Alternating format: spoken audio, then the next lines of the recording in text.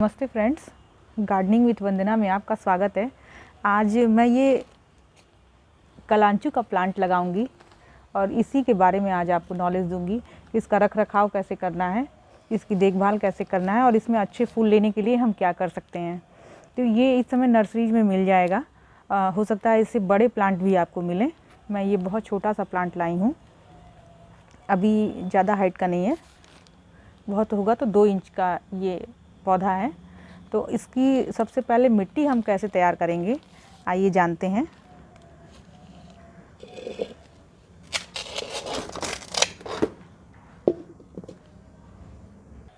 ये आपके सामने मैंने मिट्टी लगा रखी है इसकी।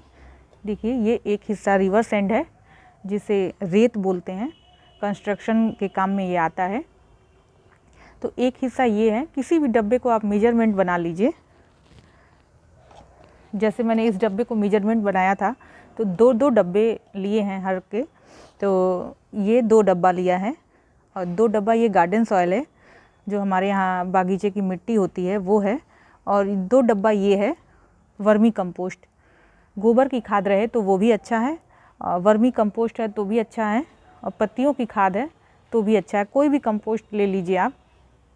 तो एक हिस्सा रिवर सैंड, एक हिस्सा गार्डन सॉइल और एक हिस्सा वर्मी कंपोस्ट हम लोगों ने ले लिया है, और इसी से हम इसकी मिट्टी तैयार करेंगे। और ये लगभग हर तरह के पौधे लगाने के लिए बहुत ही सूटेबल मिट्टी होती है, क्योंकि कभी भी गमले में जब हम कोई चीज़ लगाते हैं, कोई भी पौधा, तो हमको हमेशा वेल ड्रेन सॉइल बनानी होती है। क्योंकि ज़मीन में अगर आप कभी अधिक पानी दे देंगे ज़मीन में लगे हुए पौधे को, तो जो एक्स्ट्रा पानी होता है वो ज़मीन सोख लेता है। लेकिन गमले के साथ ऐसा नहीं होता है। गमले में आप जो भी पानी देंगे वो सोच समझ करके देना रहता है, और उसकी मिट्टी भी इतनी सोच समझ करके ही बनानी होती है कि उसमें पानी हम डालें और पानी उसमें ठहरे नहीं, निकल जाए। तो और ये जो आज मैं प्लांट लगाने जा रही हूँ, इसकी देखरेख थोड़ी अलग है। इस कलांचू की देखरेख थोड़ी अन्य पौधों से अलग है। इसके बारे में मैं आगे बताऊंगी। तो पहले इसमें मिट्टी तैयार कर लेते हैं। ये तीनों को मिला लिया है। अब हम इसमें 1 मुट्ठी नीम खली और 1 मुट्ठी वर्मी कंपोस्ट भी 1 मुट्ठी नीम खली और 1 मुट्ठी बोन मील भी मिलाएंगे।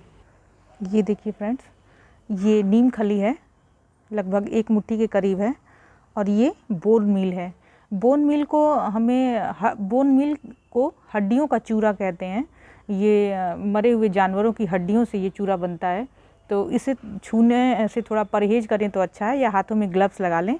मैं इसे हाथ नहीं लगाऊंगी। देखिए, इसमें निकाली हूँ, तो इसको भी हम उसमें मिला लेंगे। अब मिला करके मैं दिखाती हूँ आपको। ये देखिए फ्रेंड्स, हमने इसको पूरी अच्छी तरह से मिला लिया है, और आप अभी मिट्टी का टेक्सचर देखिए। ये ऐसे बांधेंगे तो ये बिल्कुल बंधेगा नहीं। ये देखिए फूट जा रहा है। यही पोरेसिटी का मतलब होता है कि हम जब गमले में कोई प्लांट लगाना होता है तो किस तरह का पौधा है और उसको मिट्टी किस तरह की चाहिए होती है, इसका ध्यान रखना है। तो ये आज जो हम पौधा लगाने जा रहे हैं कलांचू का, या कैलन कोई भी इसको बोलते हैं, तो इसमें पोरेसिटी बहुत ज़्यादा चाहिए होती है।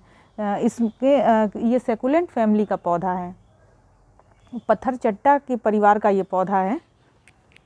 आप इसके पत्तों को देखिए, ये बहुत ज़्यादा मॉइस्चर होल्ड करने वाला पौधा है। तो इसमें ज़रा भी पानी ठहरेगा तो फंगस लगने का बहुत डर होता है इसमें। इसके फूल बहुत सुंदर आते हैं, फूलों के लिए ही इसको लगाया जाता है।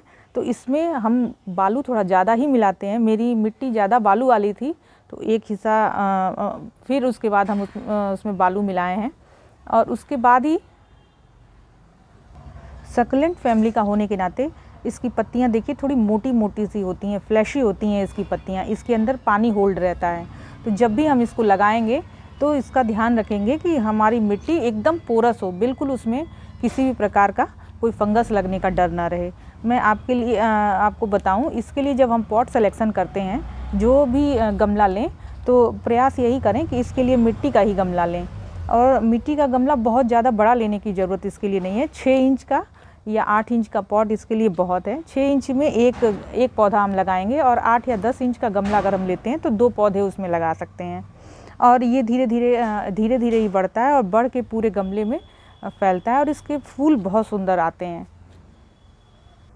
ये देखिए, ये हमने 6 इंच का गमला लिया हुआ है और गमले में ड्रेनेज होल होना बहुत ज़रूरी है। और ड्रेनेज होल जब भी हम बनाएं तो आप देख लें कि कम से कम 1 उंगली की मोटाई के बराबर इसमें जगह रहे जाने की। ऐसा नहीं कि छेद है तो बहुत छोटा सा छेद है उससे काम चल जाएगा, ऐसा नहीं होना चाहिए। किसी भी गमले की बात कर रहे हैं, जब हम गमले में पौधा लगाते हैं तो इसका छेद हमेशा बड़ा रहना चाहिए। और इसके ऊपर हम कोई दिया या गमले का टुकड़ा रख लेंगे, मैं दिया रख रही हूँ, और इसको उल्टा करके रखना है ताकि पानी निकले और मिट्टी बाहर ना जाए। ये इस तरह से हम रख लेंगे और अब हम इसमें मिट्टी लगाते हैं। ये देखिए, हमने पौधा निकाल लिया है और ये इसकी जो मिट्टी है हमें ये देख लेना है कि इसकी मिट्टी चिकनी ना हो।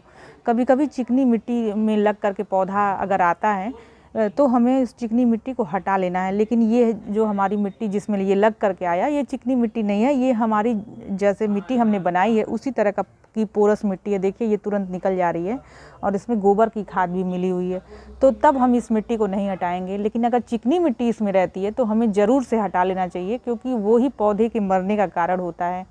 पानी किनारे किनारे से तो बह जाता है लेकिन इस मिट्टी में रह जाता है। तो हम आपको बार बार ये बताते हैं कि अगर चिकनी मिट्टी है तो उसे ज़रूर हटा लेना है।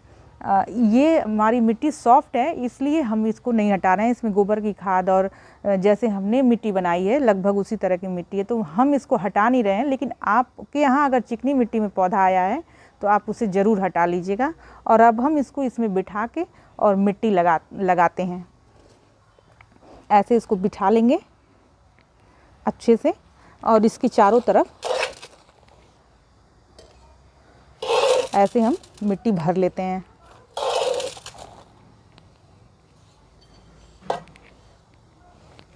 इसे दबा लेंगे, पर ऐसा भी नहीं दबाएंगे कि ये टूट जाए, हल्का हल्का दबा लेंगे ताकि इसमें से जो एयर पॉकेट्स बनी हुई हैं वो निकल जाएं, और जो बची रहेंगी वो हम जब पानी देंगे इसमें तब वो निकल जाएंगी। ऐसे हमने मिट्टी में इसको लगा लिया। अब आगे का बताती हूँ कि इससे हमें कैसे रखना है। इस कलांचू के प्लांट को बहुत ज़्यादा धूप की ज़रूरत नहीं होती है। अगर आपके यहाँ छाया रहती है तो आपके यहाँ ये बहुत आराम से पौधा चलेगा। और सक्यूलेंट फैमिली का होने के नाते आप जैसे हमने मिट्टी बताई है आपको, अगर आप वैसी मिट्टी बना लेते हैं तो 100% श्योर है कि आपके यहाँ का ये पौधा कभी ख़राब नहीं होगा। और एक तरह से ये समझ लीजिए कि पेरिनियल प्लांट है, आप इसको सालों साल रख सकते हैं। अगर आप राजस्थान जैसी गर्मी में नहीं रहते हैं तो आपके यहाँ ये पौधा सालों साल चलेगा। इसके रख रखाव में कहें तो इसको जो सनलाइट की रिक्वायरमेंट है वो 1 आध घंटे की सुबह की अगर धूप आती है तो अच्छा है, और नहीं तो इसको ऐसे बरामदे में रखें जहाँ ब्राइट लाइट आती हो, तो ये बहुत अच्छे से खूब फैलता है।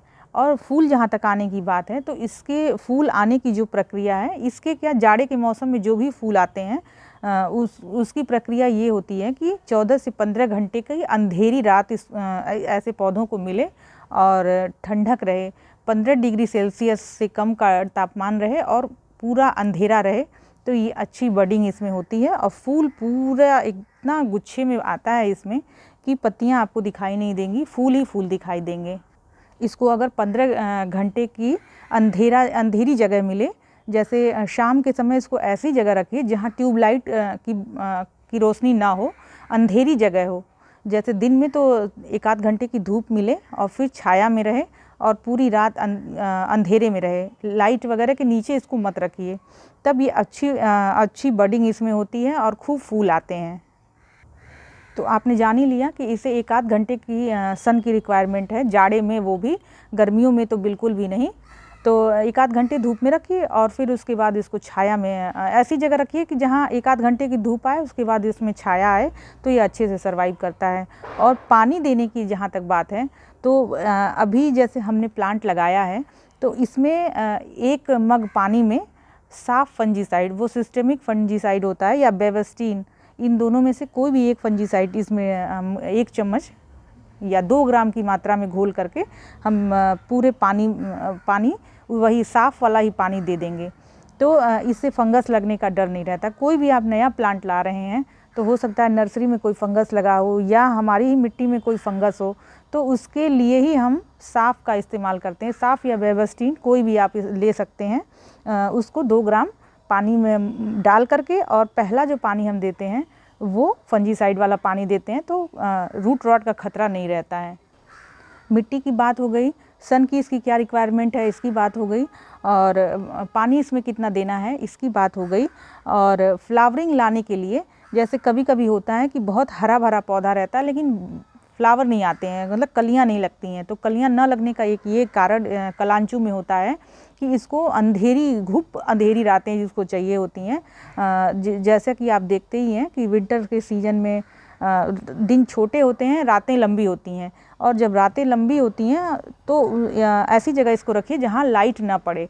तो इसको जब अंधेरी रातें मिलेंगी तो ये अपने आप ही अच्छे से बढ़ देगा और अच्छे फूल आएंगे। अगर ऐसा नहीं हो पाता है तो आप शाम के समय में किसी गत्ते से इसको ढक दीजिए या किसी ऐसी अंधेरे जगह पे रखिए, किसी पेड़ की छाँव में जहाँ रोशनी ना आती हो। तब आप ऐसे 15 दिन करेंगे तो इसमें दिखाई देने लगेगा कि कलियां आने लगेंगी। 10 से 15 दिन ऐसे रखेंगे तो इसमें कलियां आने लगेंगी। और अभी हम इसमें वो साफ़ वाला पानी दे ही देंगे। अब इसमें पेस्ट अटैक की बात करते हैं तो इसमें कोई ऐसे कीड़े नहीं लगते हैं, किसी भी तरह का पेस्ट नहीं लगता है, लेकिन फिर भी आप 15 दिन में एक बार इसमें नीम ऑयल का छिड़काव ज़रूर कर दीजिए। 1 चम्मच नीम ऑयल और 1 चम्मच कोई भी हैंड वॉश हो उसको 1 लीटर पानी में डिज़ोल्व करके और स्प्रेयर से पूरे पत्तियों में छिड़काव कर दीजिए, तो किसी भी तरह का कोई पेस्ट अटैक इसमें नहीं लगेगा। और प्रोपोगेशन की बात की जाए तो ये बहुत इजी टू ग्रो प्लांट है। आप ऐसे ऊपर से ऐसे टिप इसकी काट करके और कहीं भी लगा देंगे तो इसमें कुछ दिन बाद आप देखेंगे तो जड़ें आ जाएंगी। जो कटिंग होती है उसको अगर बालू में लगाएं तो उसमें जड़ें जल्दी आती हैं। 15 से 20 दिन में इसमें जड़ें आएंगी और नया प्लांट फिर तैयार हो जाएगा। और आप इसी तरह से एक प्लांट से कई प्लांट बना सकते हैं। कलांचू की कटिंग लगाना बेहद आसान है। कलांचू हमेशा जब भी मरता है तो वो रूट रॉट से ही मरता है। तो आप इसकी मिट्टी जैसा कि हमने बताया है उस तरह से बनाइए तो आपका पौधा कभी ख़राब नहीं होगा। पानी जब भी हम दें तो ड्रेनेज होल से निकल जाए, और पानी हम तभी दें जब हम ऐसे मिट्टी हटा के देख लें कि ये पूरा ड्राई हो चुका है, तभी पानी दें। पानी की ज़रूरत इसमें कम होती है। जैसा कि बताया आपको कि ये सक्यूलेंट फैमिली का पौधा है, इसकी पत्तियां देखिए मोटी हैं, ये पानी अपने आप ही होल्ड करके रखती हैं। तो बहुत पानी आप मत दीजिए, इसको पानी हमेशा देख कर दीजिए कि 2 दिन 4 दिन 1 हफ्ते जब जैसी ज़रूरत हो उसी तरह से ही पानी दीजिए। तो लगभग मैंने आपको इसके बारे में पूरी जानकारी दे दी है। आपको ये वीडियो अच्छा लगा हो, इन्फॉर्मेटिव लगा हो तो इसे लाइक करिएगा, शेयर करिएगा, मेरे चैनल को सब्सक्राइब भी करिएगा। ओके फ्रेंड्स, नमस्ते।